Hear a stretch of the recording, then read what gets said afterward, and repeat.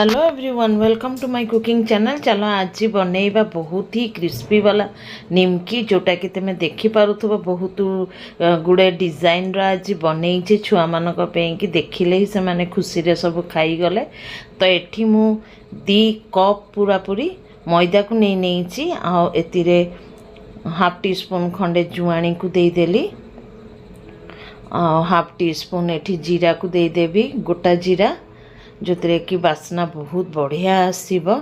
आ मुठे खंडे मुठी कसूरी मेथी को नहीं जाइए, ताकू टिके नाकू ड्राई रोस्ट तावारे कर देइथिली, तापरे को हाथ में घसी दउची, ताहले कौन हम ना पूरा पूरी गुंड हो एटा घर तैयारी कसूरी मेथी। तो टिके डांग डुंगा भी अच्छी एतिरे, तो से मु ड्राई रोस्ट कर देइथिली। तो ताकू एथरक सुखिला भल भाव मिसई नबा।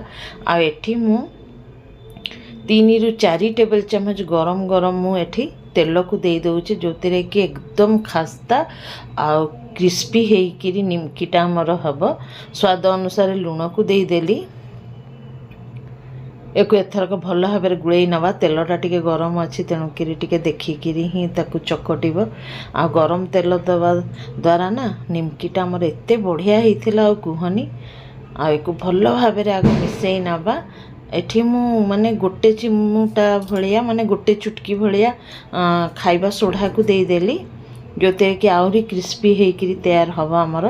तो ड्राई इंग्रेडिएंट्स को भल भाव मिसैला पर मोइन जो देइथिली देखंतु केते बढ़िया भाव आमर पूरा गुड़ा हो जाउची। एटा एई भलिया भाव चेकिंग करदब तुमर तेलटा परफेक्ट अच्छी कि नहीं जना पड़ी जीव। एठी मु अल्प अल्प पानी देकी गोटे सुखिला डो गोटे लगेई नेबी, माने बस खाली जेतिक अटा गुड़ा को ना टिके नाकु पानी दे देका गोटे माने सेमेटी नेबी। एटी देखिथुबो पूरा अटा को भल भाव मु एकदम शक्त वाला गोटे डो तैयार करिछि, कारण शक्त कले ही तुमर निमकीटा बढ़िया हम। एटी देखि पारुथबो मु केते शक्त एको माने खाली मिसई नहीं जहा मैदा को। एथरक एक ढांका देकरी आमे आधा घंटा खंडे रखीदबा, तापर एक बेलिबा, बेलिकी सेप गुड़ाक दबा। तुम पाखे जदि से माने कुकी कटर न थाए ताहले तेमे कौन करिबा ना छुरी रे बा निमकी कटर भी आसे आजिकल से गुड़ारे दब। जेहेतु छोट छुआ माने परीक्षा चलती टिफिन टिके टिके माने छोट मोट नहीं जीवे बोलिकी मुझे बनई देइथिली।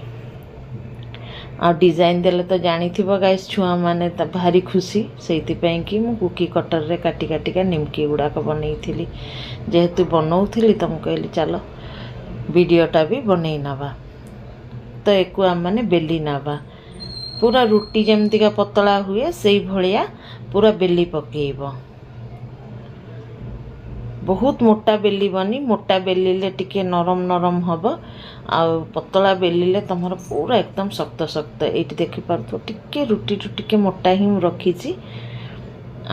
एक भल भाव बेलिला पर। एठी देखंतु एटा स्टार कटर, एठी मो पुओ भी आसीगला देखंतु, से भी गोटे फुल कटर नहीं कि आसीगला करिया पें कि तांको मानकु तो यही सब दरकार ना गाइस छुआ मानकु तांको भल लागे, से भी करिया को लागिगला। एठी तेमे तुमर सेप जमती चाह से भलिया सेप करिके तेमे एको बनई पार। आ सेठी हबनी, तेणुक मझीरे भी देइकिरी मु एठी सब काटी नौछि। आ बाद बाकी बड़का जेतिक अटा ताकू रखीदबा, आ पर बेच रे करि नबा। एठी देखि पारथबो गाइस केते सुंदर भाव रे हमर सेप गुड़ाक हेछि। फ्लावर सेप और स्टार सेप केते बढ़िया भाव है। चलो एपटे कढ़ई भी बसई सारी, फटाफट से आम मैंने छाणी पकेबा। ये देखी पार्थ्व केते सुंदर आमर होकरी तैयार होती। कढ़ई बसई देइछि गोटे लुहा कढ़ई, तेल गरम हो जाइछि। आ पूरा कढ़ई को लगे लगे साइड रु दब, ताहले तेल माने छिटका मारिबनी हाथ उतरे। ये देखी पार्थ्व मो सान पुओ भी पकई दउछि, मते तो बहुत डर माड़े ताकू कहली एमती करी पका, से तो कथा शुणियार नहीं, सब बेले हेल्प करिया को पहुँची जाउची। तो ये भलिया भाव में आमे ताकू पूरा गोल्डन फ्राई करी छाणी नब। ओलट पालट करदे आम आ केते सुंदर भाव होउची देखुसन तो मोटा मोटा हो जाउची पूरा फुलिकी देखो पूरा गोल्डन फ्राए करके आम को छाणी नवा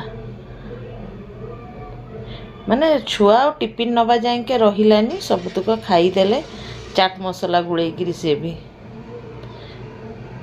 एठी आ गोटे बेच भी आम पकईदबा ये देखो केते सुंदर भाव ना देखिले ही माने लोभनीय लगुच से छुआ बर्दाश्त कर पाइले खाईगले एठी आ गोटे बेच भी हो गला गोटे गोटे गोल भी करिछि दिल शेप रो करिछि आउ जा बड़का गुड़ाक थिला एकु मु एठी काटी पकेइली कइंची रे पतला पतला एकदम निमकी बनई देली आ एटा बेसी टेस्टी हेतिला गाइस तो एकु आम माने भी क्रिस्पी करके छाणी नवा ये देखंतु केमता पतला पतला हेकिरी रहिछि ए सब को भी बढ़िया भाव छाणी नवा तो ये देखंतु पिला माने तो खाई साइलोनी अधा तेबे भी प्लेटिंग करके देखई दउची जदि वीडियोटा भल लागिवो गाइस तो लाइक कमेंट शेयर करिवो आ जत्ते भी नुआ सांग माने देखुसंती सब्सक्राइब करिया को बिल्कुल भी भूलिबनी सब्सक्राइब करके बेल आइकन को दबे कि नोटिफिकेशन ऑल कर दबो ताहाले जहाँ भी वीडियो अपलोड करी तुम पाखु संगे संगे पहुँची जीव देखि परसन तो गाइस केते टेस्टी हेछि ओके गाइस फिर मिसिबा नेक्स्ट वीडियो रे bye bye take care be safe guys जय जगन्नाथ।